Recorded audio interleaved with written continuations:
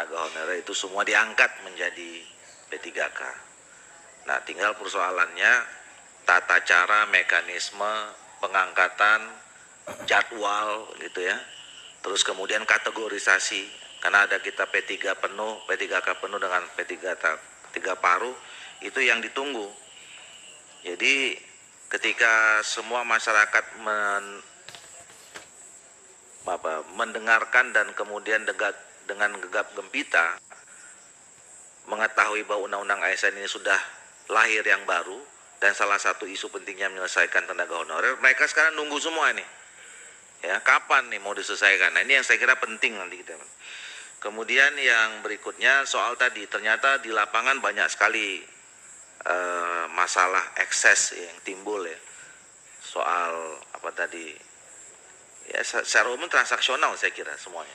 Ya, yang kita mungkin hampir di setiap daerah ada itu. Ya, tadi mulai dari sampaikan, kemudian namanya tiba-tiba hilang di apa namanya, di pengumuman hilang, terus kemudian ada oknum-oknum yang mengutip segala macam, masuk aplikasi nggak bisa dan seterusnya itu. Nah, yang terakhir soal ternyata masih ada instansi-instansi lain, lembaga-lembaga atau unit-unit lain yang bisa jadi belum tertampung atau luput dari pendataan kita. Ya. Tadi ada RSUD, BULT, macam-macam itu. Satpol PP. Saya kira Satpol PP ini kemarin kalau nggak salah kita sudah punya penyelesaian spesifik ya, soal nomenklatur dan seterusnya. Di samping masalah-masalah pribadi masalah-masalah tadi yang disampaikan oleh Bapak Ibu yang dilihat di lapangan langsung secara detail. Saya kira untuk itu kami persilakan Pak Saudara Menteri untuk menjelaskan. Mudah-mudahan ya bisa sampai paling lama jam pukul 14 lah. Ya, paling 14 tertulis, dan nanti kita secara khusus akan cari waktu untuk konsinyering. Gitu. Silakan. Baik, terima kasih Pak Ketua. Terima kasih sekali atas masukan, saran dari Pak Ketua dan seluruh anggota Dewan yang terhormat. Kalau boleh saya kategorisasikan satu masalah yang substantif, strategis, dan teknis. Izinkan nanti, karena ada banyak yang teknis, Kepala BKN dan tim, dan SDM Ayak dan tim nanti kami minta jawab sedikit. Pak Ketua, pertama saya sangat setuju dengan data, karena banyak sekali data yang dinaik turunkan di lapangan audit BPKP.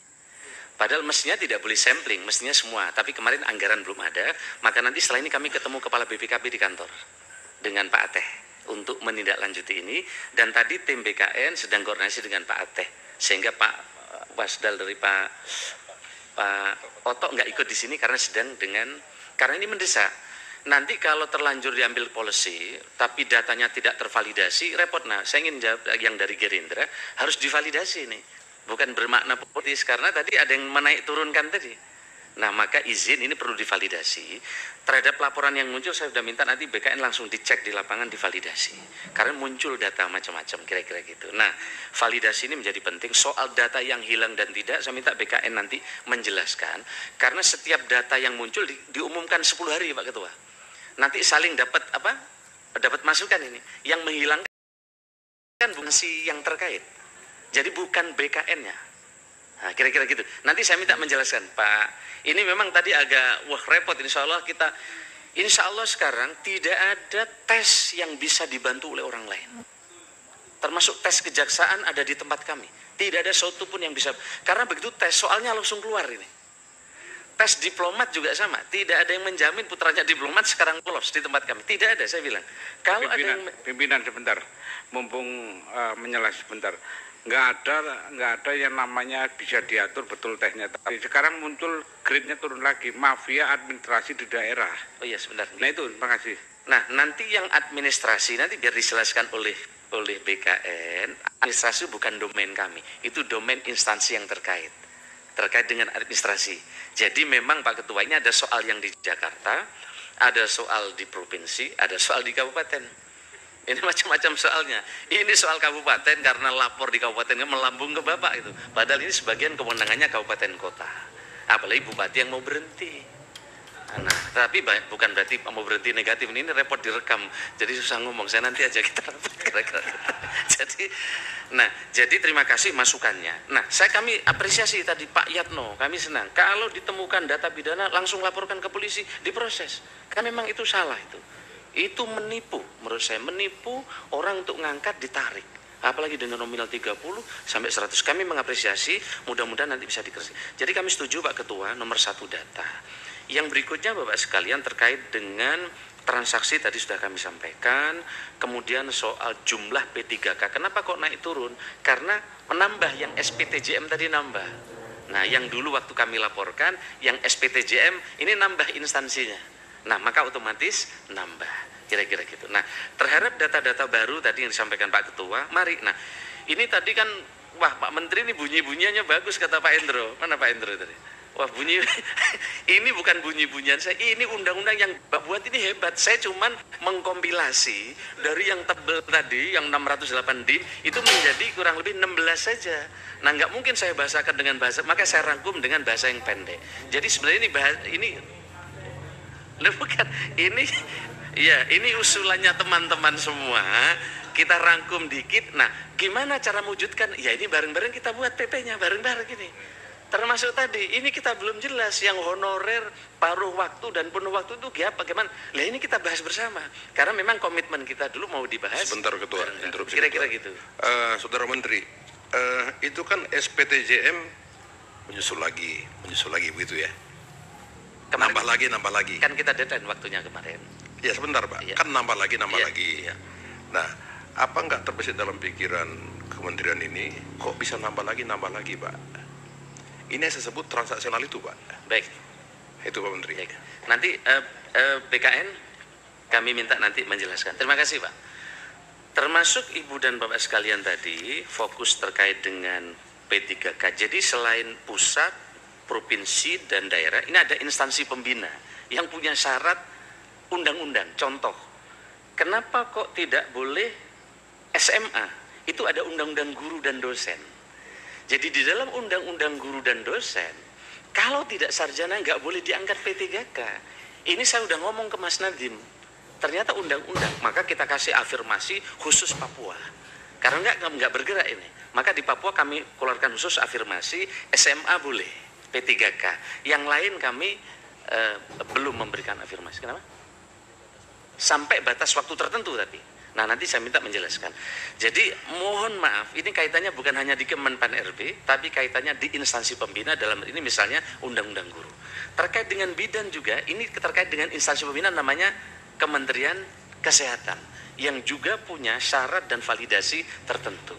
Sehingga kebijakan kami buat sebagian eksekusinya adalah ada di tempat mereka. Tapi kami akan teruskan Bapak sekalian masukan dari Bapak Ibu terkait dengan soal ini.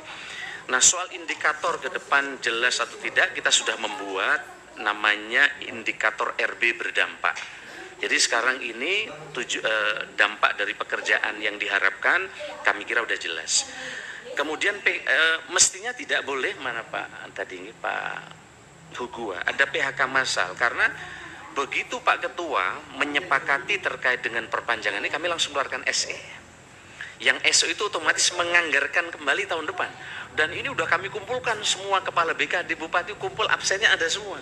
Nah mungkin bisa saja nggak dilaporkan ke bupatinya. Mestinya ini masalah.